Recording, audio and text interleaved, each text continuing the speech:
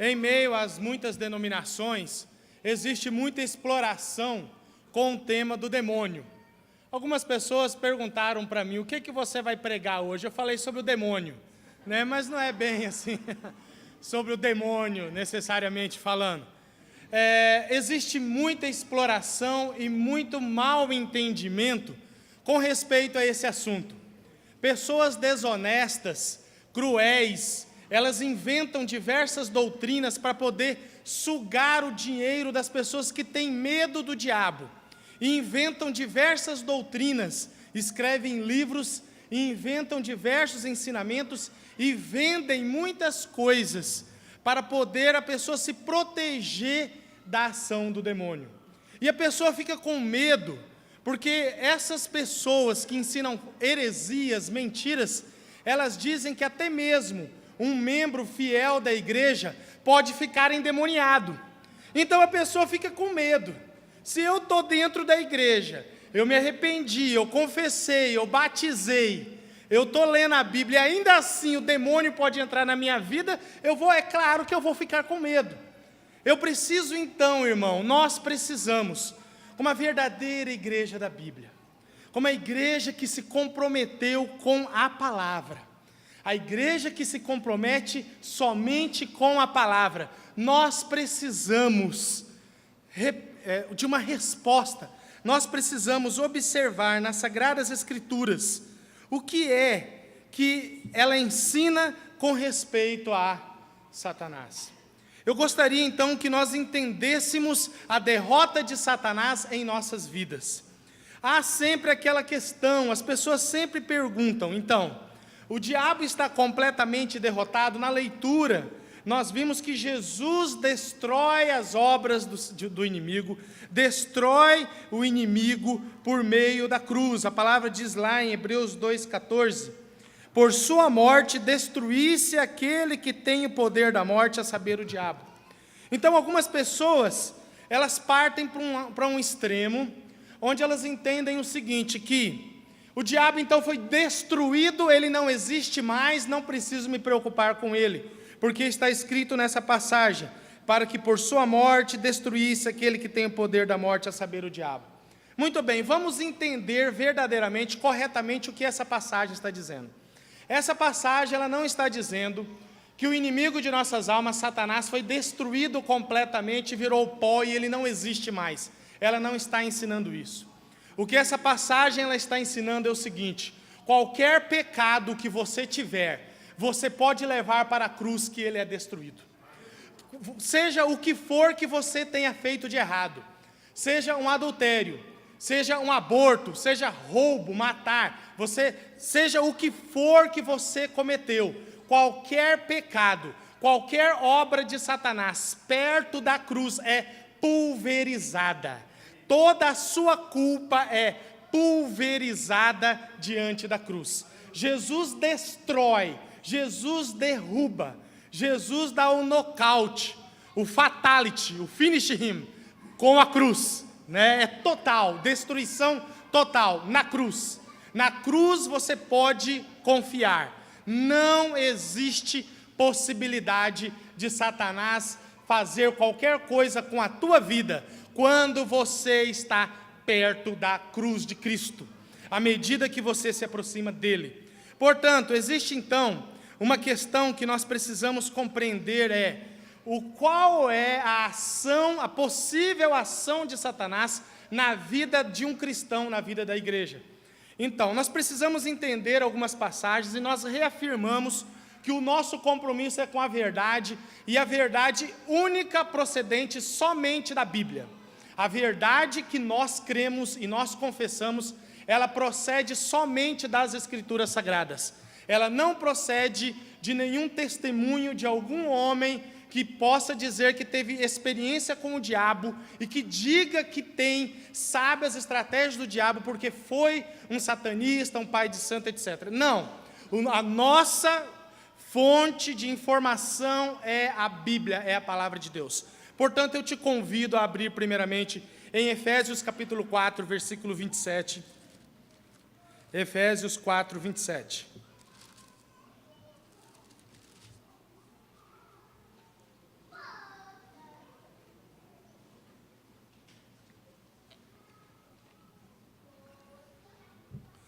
Essa palavra diz assim: nem deis lugar ao diabo. Primeira coisa que você precisa entender, então, conforme eu te disse, não é que o diabo foi pulverizado com a cruz, não é que ele não existe mais. Porque se fosse assim, ou diversas passagens que nós vamos ler estariam erradas. Nós precisamos ter um entendimento correto. O entendimento é que, quando a palavra de Deus diz, nem deis lugar ao diabo, é que ele quer tomar espaço na sua vida. Ele quer ganhar território na sua vida. O inimigo, então, ele deseja que você fale palavrão. Se você fala palavrão, foi um assunto hoje na escola dominical, então você está abrindo espaço para o inimigo entrar na sua vida. Se você entra em contato com bebida alcoólica e com pessoas que vivem bebendo num bar, em festas, baladas, etc., você está dando espaço para o inimigo entrar na sua vida. Se você está deixando a mágoa entrar no seu coração, o ódio, o egoísmo, o orgulho, o diabo está ganhando território na sua vida. Se você deixa a pornografia entrar na sua vida, então o diabo está ganhando terreno, você está dando lugar para o diabo entrar na sua vida. Então, nós precisamos entender que existem pessoas, até mesmo pessoas que eram pregadores, até inclusive dessa igreja, que foram dando lugar ao diabo em suas vidas e hoje elas abandonaram a fé completamente. Elas se entregaram e o inimigo então ganhou espaço completo na vida dela. A pergunta é, você está dando mais espaço, mais liberdade para a ação de Jesus, do Espírito Santo, da Palavra de Deus na sua vida? Você está permitindo que Deus tenha mais e mais território dentro do seu coração? Você precisa pensar sobre isso e evitar que o inimigo vá ganhando espaço dentro da sua vida. Uma outra passagem muito importante é aquela que diz em Tiago, capítulo 4, versículo 7. Tiago 4, versículo 7. Tiago 4, 7.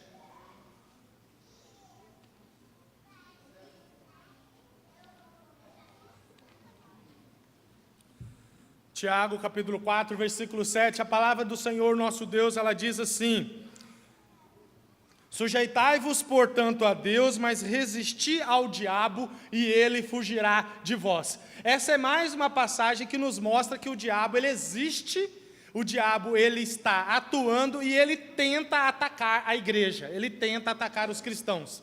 A carta aos Efésios foi escrita para a igreja aos Efésios, e aquela carta dizia para a igreja tomar cuidado e não permitir que o inimigo ganhasse espaço em sua vida. Essa passagem aqui nos mostra que nós precisamos resistir ao diabo e ele vai fugir de nós. Nós resistimos ao diabo nos sujeitando, nos entregando ao controle de Deus, quando nós permitimos que Deus mais e mais controle as nossas vidas, mais e mais o inimigo vai se afastando de nós. Ele vai te atacar, sim. Ele vai te atacar de diversas maneiras diferentes. Entretanto, se você se sujeita a Deus, ele vai fugir de você. E é isso que nós queremos. Muitas pessoas têm muita curiosidade sobre a ação do diabo. Muitas pessoas querem saber cada vez mais sobre o diabo. Muitas pessoas querem saber cada vez mais como o diabo age, as estratégias do diabo, como o diabo ataca um jovem, como o diabo ataca uma criança, uma mulher, um casal, uma família. Querem saber tudo sobre o diabo. Eu fico pensando o seguinte: por que tamanha curiosidade sobre o diabo, sendo que a Bíblia é a palavra de Deus, e a Bíblia fala sobre Deus? Então, eu quero te fazer um convite. Se você é uma dessas pessoas curiosas sobre o diabo, eu quero te convidar a ser mais curioso sobre Deus, a conhecer mais a Deus, a entender mais da presença de Deus e da ação de Deus na vida das pessoas e na sua própria vida. Tente, se aprofunde mais na experiência com Deus e deixe o diabo para lá. Ele vai cada vez mais fugir da sua vida. Uma passagem muito conhecida por nós, irmãos, é a de 1 Pedro, capítulo 5, versículo 8.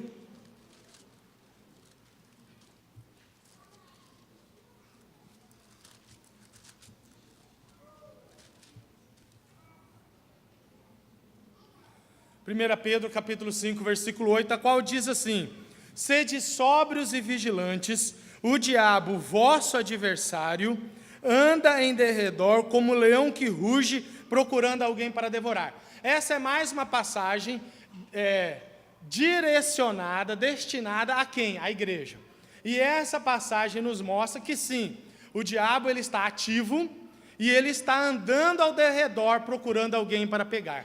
Ele é um caçador, ele está tentando pegar alguém, aquele que dá lugar, aquele que não resiste, aquele que não se cuida, não se protege. Portanto, nós precisamos compreender o seguinte, que sim, que temos um inimigo derrotado pela cruz, e que a minha garantia é o Espírito Santo que me foi dado no batismo. Quando eu sou batizado, eu recebo perdão dos meus pecados e a presença interior do Espírito Santo, que garante então a presença de Deus em minha vida. O diabo não tem autoridade sobre a igreja, o diabo não tem autoridade sobre a sua vida, o diabo não tem condições de fazer nada com você, se você é uma pessoa que tem entregue a sua vida a Ele, se você é uma pessoa batizada, se você é uma pessoa que se arrependeu dos seus pecados, confessa Jesus como seu Senhor, foi batizado para o perdão dos pecados e recebeu o dom do Espírito Santo. Então veja bem, nós não precisamos temer, nós não precisamos nos preocupar tanto assim com o diabo, à medida que nós nos aproximamos mais de Deus. O segredo então está na aproximação com Deus. Eu gostaria que você prestasse atenção em duas passagens muito importantes que falam sobre essa questão do Espírito Santo. Nós sabemos que o Espírito Santo é o próprio Deus, o Espírito Santo é a presença do próprio Deus dentro de nós, e nós sabemos que o Espírito Santo é uma garantia de que nós somos salvos, de que nós somos perdoados, e de que esse Espírito testemunha com o nosso Espírito que somos filhos de Deus, e que o próprio Espírito Santo, ele leva as nossas orações, leva as nossas intercessões para Deus. Entretanto, nós precisamos entender, existem duas passagens que falam sobre isso. Eu quero que você observe comigo em Efésios capítulo 4, versículo 30. Efésios 4, versículo 30. Efésios 4, versículo 30. Essa passagem aqui, ela nos diz o seguinte: não entristeçais o Espírito de Deus, no qual fostes selados para o dia da redenção. Então, preste muita atenção nisso. É possível, a palavra de Deus nos diz aqui, que é possível você entristecer o Espírito Santo. A carta aos Efésios foi direcionada para quem? Para a igreja dos irmãos na cidade de Éfeso. Portanto, a carta está dizendo que é possível o Espírito Santo ficar entristecido em minha vida. E pelo contexto nós entendemos que essa tristeza, ela é gerada pelo pecado. Portanto, eu quero que você pense um pouco comigo o seguinte: quando você está triste, você produz muito? Um trabalhador triste, ele vai produzir muito? Ele vai ser criativo, alguém que está triste? Como que é uma criança triste? Como que é um pai de família triste, uma mãe triste? Como que é uma esposa triste? É uma pessoa cabisbaixa, que começa a perder a esperança e para de agir, para de se movimentar e começa a ficar cada vez mais recluso e parado. Portanto, nós precisamos tomar muito cuidado, irmãos, com os pecados que entram em nossas vidas. Nós precisamos nos arrepender, nós precisamos confessar, nós precisamos lutar ferozmente contra o pecado. E essa luta se dá por diversas maneiras, pela oração, pela meditação nas Escrituras, pela confissão do pecado a Jesus Cristo, e especialmente pelo relacionamento com os seus irmãos, com a igreja. É muito importante. É muito importante que você tenha sempre alguém por perto para orar por você, para te ajudar. O falar com o irmão abençoa muito a sua vida. Então, preste atenção nisso. Não entristeça o Espírito de Deus. Porque gradativamente, à medida que o pecado vai dominando a sua vida, o Espírito vai agindo menos. É isso que acontece na vida daqueles que naufragam na fé e abandonam o caminho de Deus. Eles vão deixando gradativamente o Espírito se apagar, enfraquecer, e até que não tem mais. Uma passagem muito interessante, muito forte, também é 1 Tessalonicenses, capítulo 5, versículo 17. 1 Tessalonicenses, capítulo 5, versículo 17. Perdão, eu anotei o versículo errado, é 2 versículos à frente, é o 19. Então, primeira carta aos Tessalonicenses, capítulo 5, versículo 19, você percebe mais uma vez que esse é um texto endereçado para uma igreja. Muito direto, não apagueis o Espírito, pronto. Você sabe que o fogo ilumina, produz energia, faz diferença. Um local numa floresta escura, com um fogo, tudo muda. Proteção, força, luz, capacidade de prever, de ver o perigo, capacidade de se proteger.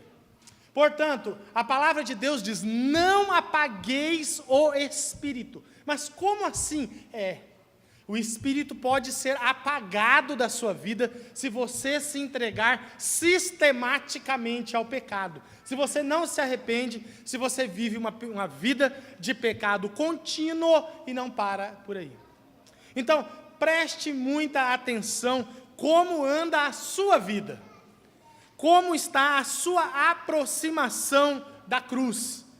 Preste muita atenção nisso, porque se você não está se aproximando cada vez mais da cruz, você pode estar dando espaço para o inimigo, você pode estar deixando ele entrar e atuar na sua vida, um leão que vai te atacar, você pode parar de resistir ao inimigo, e você pode acabar então apagando, entristecendo e apagando o Espírito em você.